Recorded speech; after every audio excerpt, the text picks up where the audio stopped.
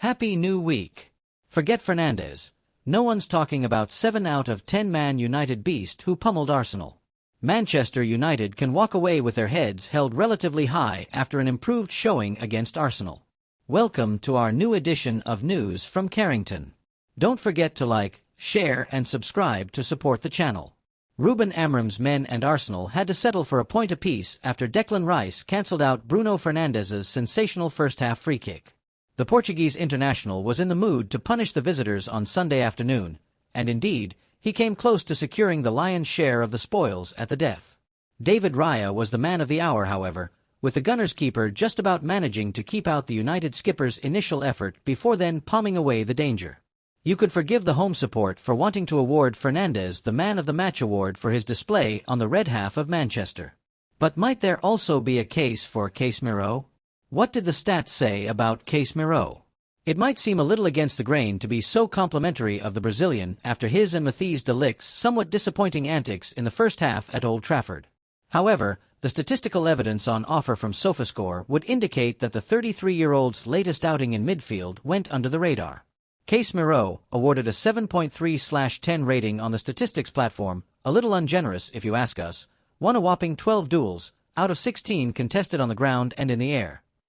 The Manchester United star also picked up 37 touches, 15/18 passes completed, 83%, 2 clearances, 2 blocked shots, dribbled past once. Signs of promise ahead of a difficult summer call. In many ways, it was yet another performance where the former Real Madrid sensation turned back the clock with a bulldozing display in the middle of the park.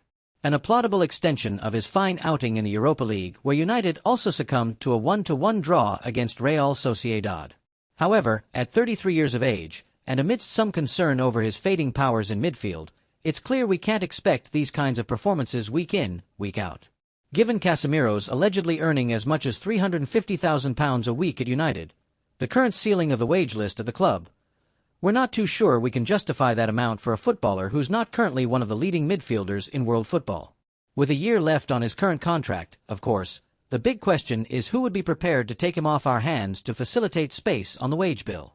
I think Manchester United have a new first-team star after Arsenal draw. Manchester United fans have protested against the ownership of their club throughout the season, but things were turned up a notch against Arsenal. It is estimated around 5,000 supporters took part in the pre-match march from the Tollgate pub to Old Trafford, and there was a remarkable response to anti-Glazer chants that soundtracked the match. Just about everyone in the home section responded to a rendition of "Stand Up If You Glazers," while there was an extra venom in the air when unsavory chants were directed at both the American owners and Jim Ratcliffe. It was certainly an impressive protest, but while Old Trafford continues to sell out, you wonder what impact it will really have. With finances tight, jobs have been cut and ticket prices have risen, but attendances haven't been impacted. There could be stronger repercussions in the months and years ahead, but there is a growing argument that the most effective protest would be to boycott matches and hit the owners where it really hurts. It shouldn't have to be that way, though it might be the only way. Surprise, decision backfires. Ruben Amorim clearly had one eye on the upcoming Real Sociedad match when he opted to rest Rasmus Højlund against Arsenal. The Danish striker might not have scored in his last 20 appearances for the club, but it's still the only natural senior centre-forward they have, with Chido Obi still extremely raw.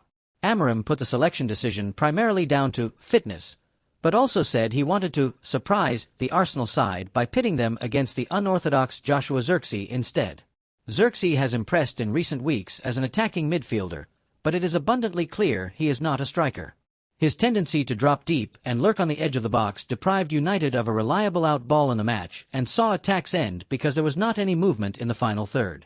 Even in this game, he shone almost as an attacking midfielder, with good hold-up play and pressing, but it deprived United of any focal point in the forward line. Højlund should have done better during his cameo appearance, but there was a huge difference in the threat he gave the Arsenal defenders.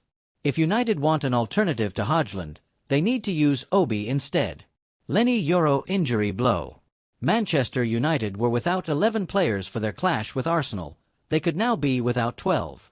Leny Yoro went down with an issue in the opening moments of the match, but opted to stay on and help his side for as long as he could.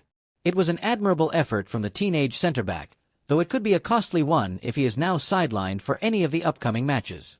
United will never want to surrender against Arsenal, but the truth is the upcoming Real Sociedad is a far bigger match and one that will define their season. There would have been few complaints had he been replaced as a precaution to protect him for midweek instead. Patrick Dorgu will give them another defensive option on Thursday night, but it would be a huge loss to be without Euro for the most important match of their season. Aiden Heaven takes his chance. There was plenty of talk about Chido Obi ahead of a possible Arsenal reunion, but it was actually Aiden Heaven who showed his former side exactly what they were missing.